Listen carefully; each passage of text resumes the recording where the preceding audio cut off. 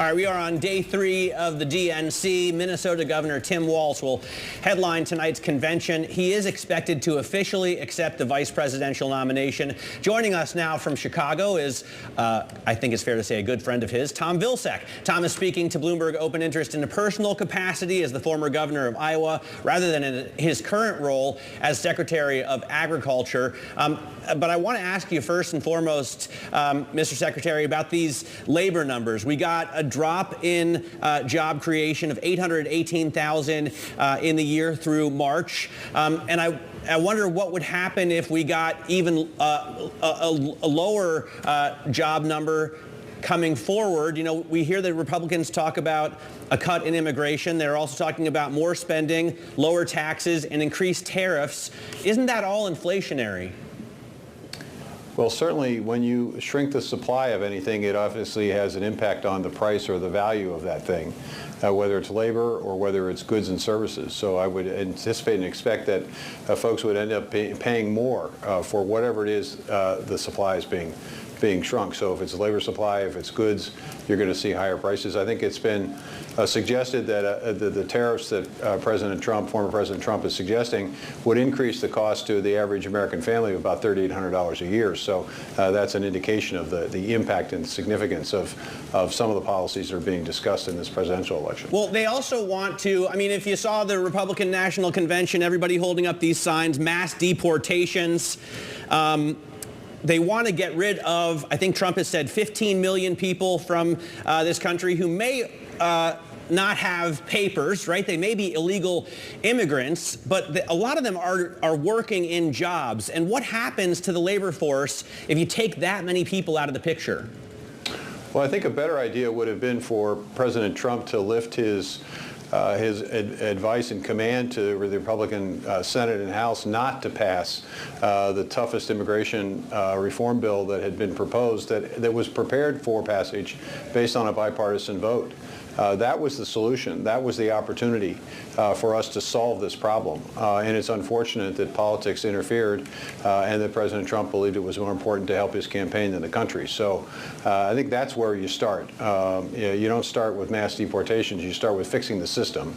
And you fix the system based on what I think was a very solid plan that was negotiated in good faith between Republicans and Democrats. Well, let's keep talking politics, and let's talk specifically about the election and, of course, the DNC. And Kamala Harris picking Tim Walz, of course, the governor of Minnesota, as her running mate. Do you think that that will be enough to make states such as Iowa actually competitive for Democrats? And if so, I mean, what will it actually take?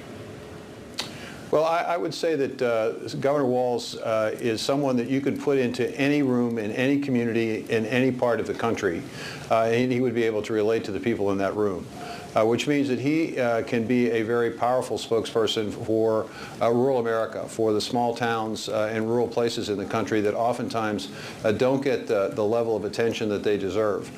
He understands that. I think that's why he's been successful. You know, he won a very conservative district in Congress in the state of Minnesota. He obviously was elected and re-elected governor. So he knows how to basically convey messages and policies in a way that people understand and appreciate and respect. So I think he's going to have an impact and effect on the opportunity to attract Democratic votes in rural communities and small towns across a number of key states. Obviously, Minnesota, Wisconsin, Michigan, Pennsylvania, the key states in this race, Arizona, Nevada. This is a guy who can talk rural. And I think that really matters. And I think it's a reflection of the decision and the difference in decision making between Vice President Harris's choice and President Trump's choice.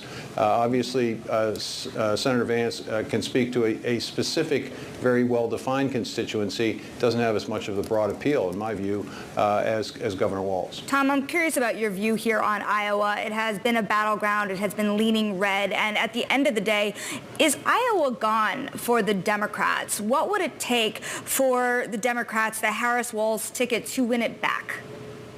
Well, I was the first Democratic governor elected in 30 years in Iowa in 1998, so we've been down this path before. And what it takes is winning. And I think Iowa actually in this cycle has a tremendous opportunity. There are a number of congressional districts that are very competitive in Iowa this year. And I think it's reflected in the amount of resource and investment that the House of Representatives on both the Republican and Democratic side are putting into Iowa and into Iowa candidates. So I think success this year, and I think the Harris-Walz team basically has given us a jolt of energy and enthusiasm that's going to allow us, I think, to deliver the vote for these congressional candidates with a couple of wins. Then the whole dynamic changes, and then of course we've got a key governor's race coming up in a couple of years. So I think the table's set, and I think these congressional races are critically important. I think we saw farmers' net income fall something like 20–25% last year. Obviously, crop prices have been a real problem. Don't farmers need to make more money? Is there a way that the Harris-Walz ticket can help that happen? Well, I got to be careful about this because I can't, because of the Hatch Act, I can't really talk about what I'm doing or what we're doing or what could be done in the Department of Agriculture. Let me just simply say this. The 3 years of the first 3 years of the Biden-Harris administration, 21, 22, and 23, cumulatively best farm income in the last 50 years and arguably ever. In fact, 2022 is a record year. And the reality is it's similar to Aaron Judge. If he hits 62 homers one year and hits 40 homers the next year, has he had a bad year? Not really. He's had a pretty good year. He just had a record year the year before. And I think the key here is for us to continue to look for ways in which we can generate, whether it's farming or whether it's any business for that matter, additional revenue streams, diversifying and diversification of revenue streams so that you're not overly dependent on one aspect of your business to be able to prosper. And I think there are opportunities that have been created by the American Rescue Plan, the Infrastructure Law, and the Inflation Reduction Act. Investments, by the way, which will carry on for years to come to be able to help build out opportunity both in agriculture and in other industries that impact rural folks in particular. Well, when it comes to these rural districts and rural voters in particular, how important do you think that boosting farmers' incomes will be? Whether or not, of course, it has to do with the current administration's policies, voters tend to look at how they're feeling right now under the current administration, and that informs their next vote. So do you see boosting farmers' incomes as key to maybe putting some of these rural districts back in play for the Democratic Party? Well, you know, the old saying is if farmers do well, the entire community does well. And I would say that's very, very true in many, many rural areas across the country. So obviously it is important. But what I think the important goal here is to make sure that the rural economy is robust enough that it has a substantial number of new opportunities. The administration, this administration, the Biden-Harris administration, has invested a great deal in clean energy, just to give you an example. And the clean economy. This opens up a whole new set of opportunities in rural places that can impact and affect farm income, but also can help create jobs, manufacturing jobs, processing jobs.